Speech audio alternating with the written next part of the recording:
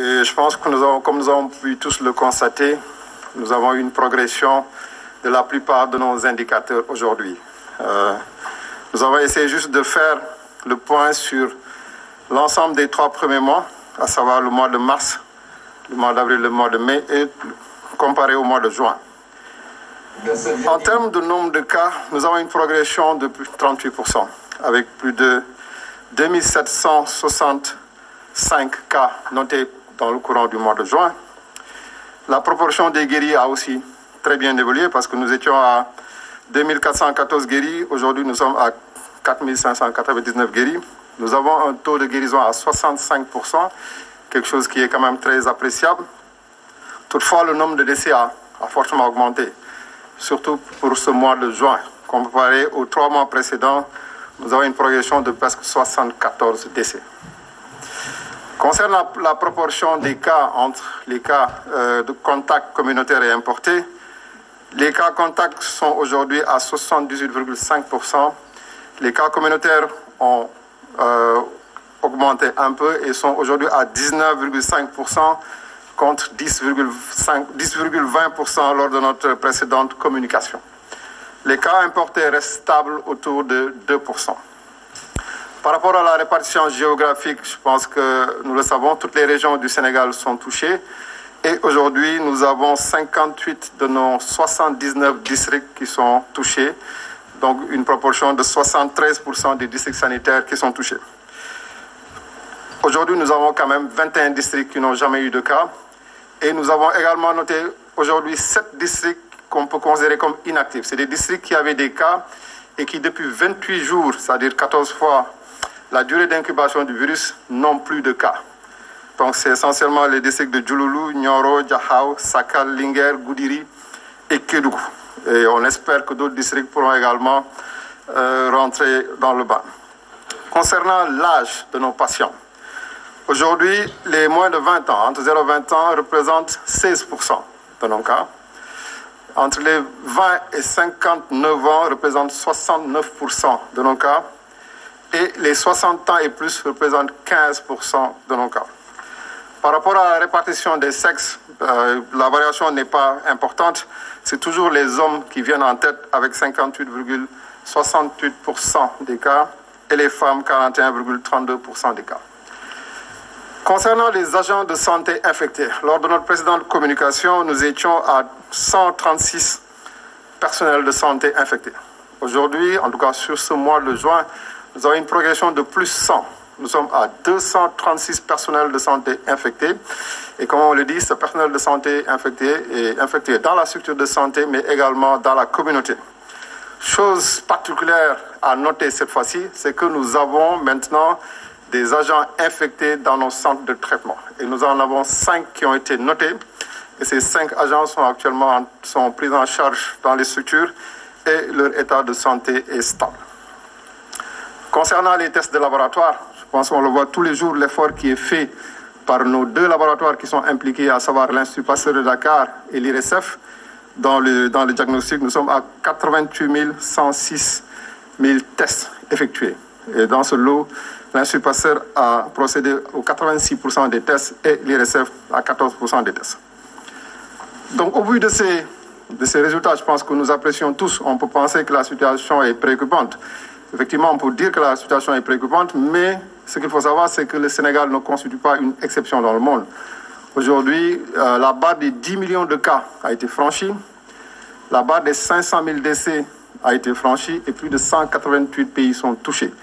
Donc, à l'échelle mondiale, la maladie est en train d'évoluer et tous les pays sont touchés. Donc, aujourd'hui, le Sénégal n'est pas une exception et ça ne surprend pas l'évolution des cas. Mais ce qu'on peut dire aussi, c'est que toutes les prévisions au départ ne sont pas réalisées. Parce qu'on partait sur presque 10 fois le nombre de cas qui étaient attendus pour le Sénégal. Donc ce qui veut dire que l'ensemble des mesures qui ont été prises par M. le Président de la République, l'implication des acteurs, mais aussi l'implication des populations dans le respect des mesures barrières, a permis aujourd'hui de freiner l'évolution de cette épidémie. Et nous avons un élément important pour nous, c'est le temps de dédoublement des cas. Aujourd'hui, nous sommes à 16 jours, c'est-à-dire le temps qu'il faut pour que le nombre de cas soit multiplié par 2. Et nous avons quitté 9 et nous avons progressé jusqu'à 16 jours. Ce qui veut dire qu'aujourd'hui, les mesures qui ont été prises et l'engagement des populations aident à freiner cette épidémie. Et je pense que si aujourd'hui nous continuons dans cette dynamique, nous pourrons arriver à avoir une meilleure maîtrise de cette épidémie. Mais également, si on compare le Sénégal aux autres pays sur le plan des résultats, je pense que Monsieur le Président de la République, M. Macky Sall en a parlé, en termes de létalité, en termes de taux de guérison, le Sénégal a une bonne place, en tout cas dans les résultats qui sont notés. Même dans la sous-région, on parle beaucoup du nombre de tests. Aujourd'hui, le Sénégal est le 3e pays de la sous-région à faire le plus de tests. C'est vrai qu'on est en deçà de 1%. Tous les pays de la sous-région sont à moins de 1%, sauf le Cap-Vert. Le Cap-Vert qui fait 600 000 habitants, qui a juste 6 000 tests que nous faisons en une semaine. Donc en termes de proportion, effectivement, c'est un pays qui est en première position dans le nombre de tests effectués. Et le Nigeria aujourd'hui a 0,05% de taux de population testée. Le Sénégal actuellement se situe à 0,44%.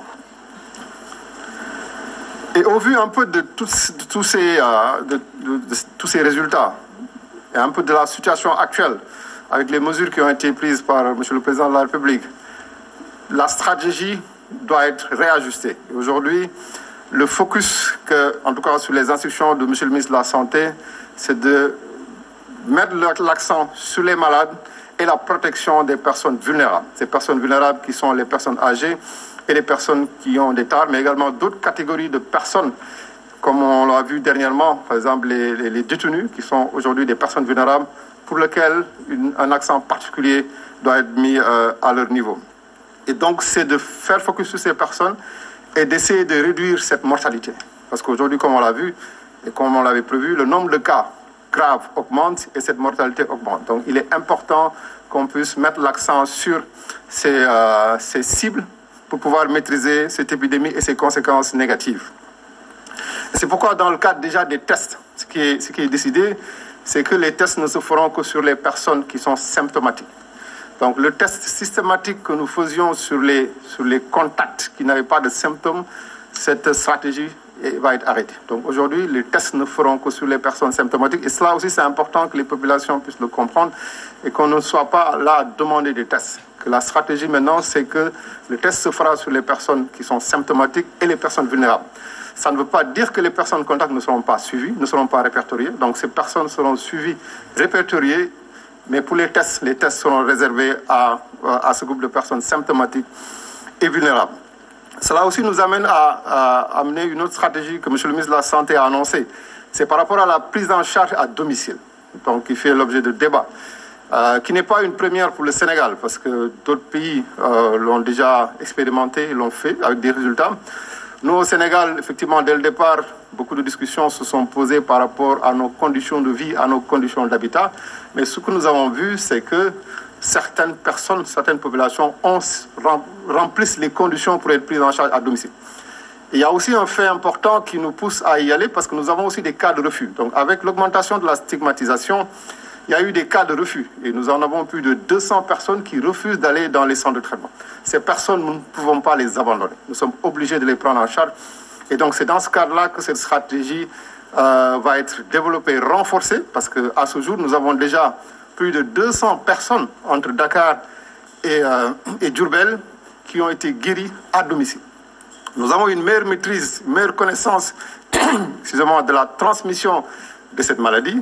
Et nous savons qu'une personne peut être positive et vivre en famille en respectant les mesures barrières, suivie par l'équipe du ministère de la Santé et pouvoir guérir. Donc c'est vraiment une autre proposition que nous mettons et qui va nous permettre un peu de soulager nos structures de santé hospitalières et extra-hospitalières et de mettre l'accent sur certaines structures pour les personnes qui ont des symptômes. Parce que nous avons parlé de cas graves, mais ce qu'il faut savoir, c'est qu'il y a souvent ce qu'on appelle les cas sévères qui évoluent souvent vers les cas graves et que ces cas doivent être pris en charge dans les structures de santé. Et le focus sera vraiment mis à ce que ces personnes qui ont des symptômes puissent être pris dans les structures de santé. Et ceux qui n'ont pas de symptômes, en tout cas, si les conditions de vie, d'habitation le permettent, seront pris en charge à domicile, à distance.